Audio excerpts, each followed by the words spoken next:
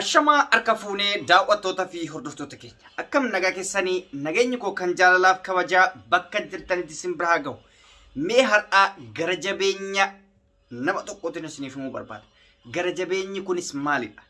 Haadha manaa fi ilmoo waggaa lamaa erga waraana ajjeeseen booda ibiddaan nama gube. Ilmi namaa hangana garaa walitti jabaata. Namni ilmoo ofiitii fi haadha manaa ofii haala suukaneessaa saniin akkamiin ajjeesa eessatti kan jedhu hanga dhumaatti yoo na hordoftan adda isiniif baasuu danda'a. Egaan daawwattoota hordoftoota keenya namoonni chaanala keenya faaraa taatanii dhuftan subscribe gochuun maatii keenya ta'a. Viidiyoo keenya like gochuun irraanfatinaa qophiin keenya eegalee jira. Daawwattoota keenya akkuma beekamutti ilmi namaa bakkuma deemetti carraansaa jireenya akka isa uumsisu nu beekna. Fakkeenyaaf biyyuma barbaaddetti deemtee hireen kee nama tokkoof si qoode taanaan hiree keessan irratti murteeffattee jireenya maatii ijaarrattee bultii ijaarrattee jiraatta. Keessumaayyuu namni biyya ormaa keessatti yeroo bultii ijaarratu kutaa namaa osoo hin laalle ganda namaa osoo hin laalle jaalalumaa fi wantoota adda addaatiin itti seenamaa jechuudha.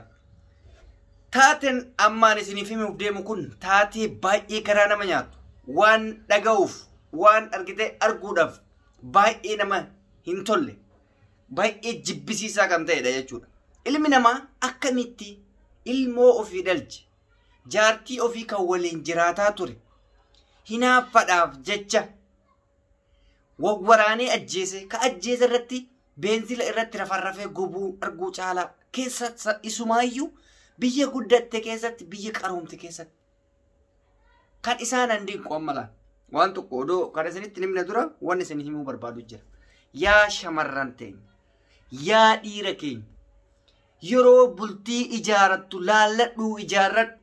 Namni kun eessa na baasaa jireenya of duratti osoo rakkoo wayiin irraan ga'e maatii isaa argadhaa jedhiitiniin jireenya keetti seen kasan irraa fi jaalala qofa laaltee bakka argitetti gaafa of gatte namni gaafa hinaaffaa wayii qabe aarii wayii qabe gocha suukaneessaa garjabummaan lafaas balleessa. Maaliif? Hundee kee hin beeku, shanyii kee hin beeku, zarii kee hin beeku waan ta'eef. Kanaaf laalladhaa bakka itti heerumtan, laalladhaa bakka itti seentan, waan isin mudatu hin beektan, nama isinitti dhiyaatu, nama maatii keetitti dhiyaatu soo ta'e gaariidha. Keessumaayyuu sabni keessan yoo tokko ta'e baay'ee bareedaadha. Taateen biyya Jarman keessatti ta'ame kun lammii Itoophiyaa tan taate daa'ima ishee waggaa lamaa wajjin abbaa manaa isii lammii Morokootiin haala suukaneessan ajjeefamte. Lammii Morokootti heerumte laalame. Lammii Morokoo kuni erga wal fuudhanii jedhanii gargar ba'an. Isiin kaampii baqattoota Jarman keessa jiraatti.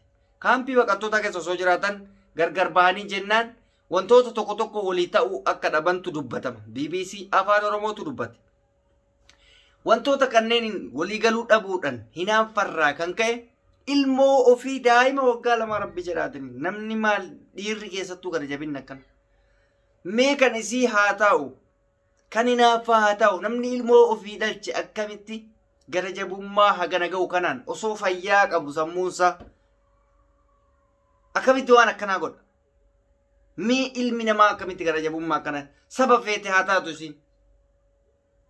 Taateen kun Jarmanitti ta'ame jechuudha. Daa'ima ishii waggaa lamaa waliin abbaan manaa isii hinaaffarraa kan ka'e gocha suukaneessaa kanaan lubbuu isaanii dabarsee to'annoo seeraa jala oolche.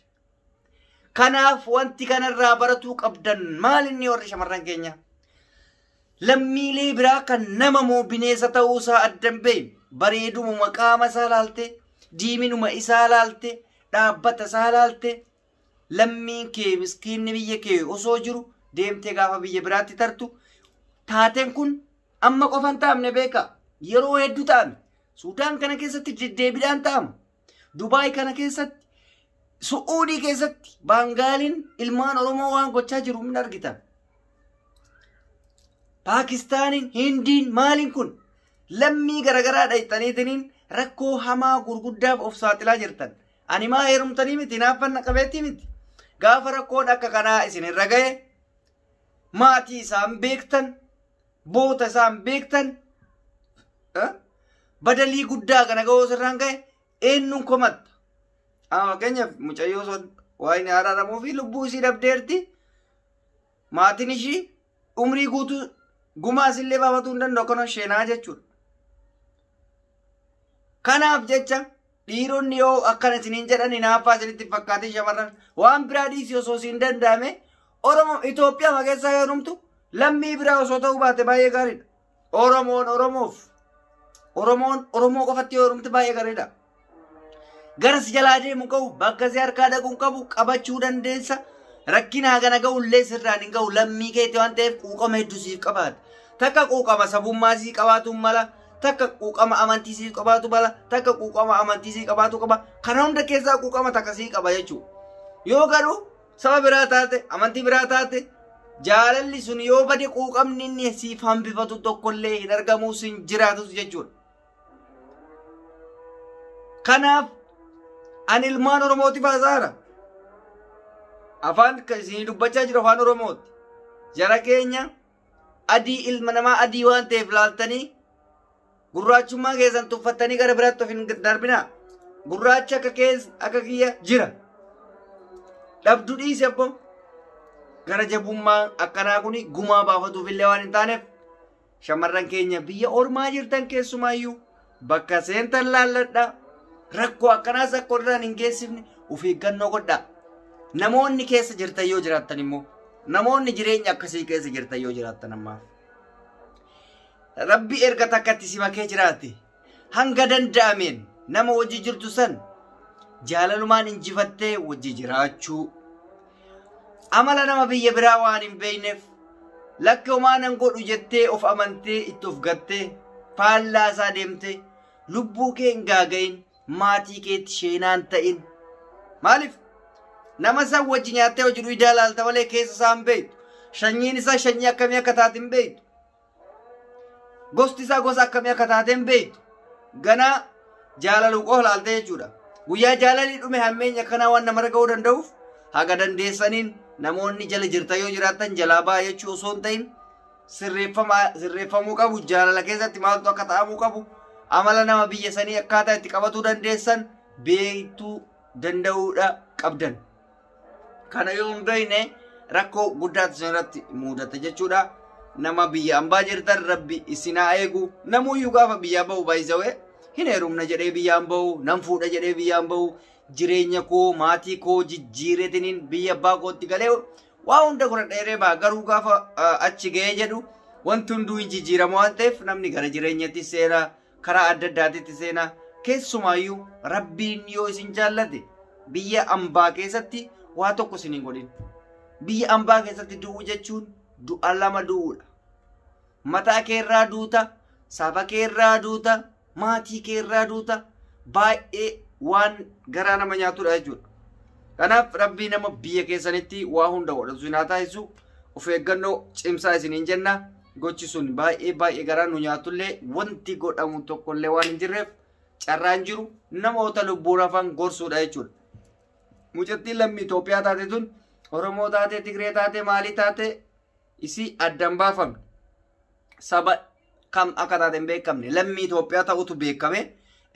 Wanti immootu ani akka ajandaatti irraa dubbachuu na barbaachiseef isii sana amma booda waa goonaaf yookaan waa bu'aa buufnaaf osoo hin taane namoota biraa warra biyya Arabaa jirtan keessayyuu lammiilee biyya biraatitti rakkoon akka isin irratti hin uumamne dhaamsa isinii dhaamuu barbaadetti.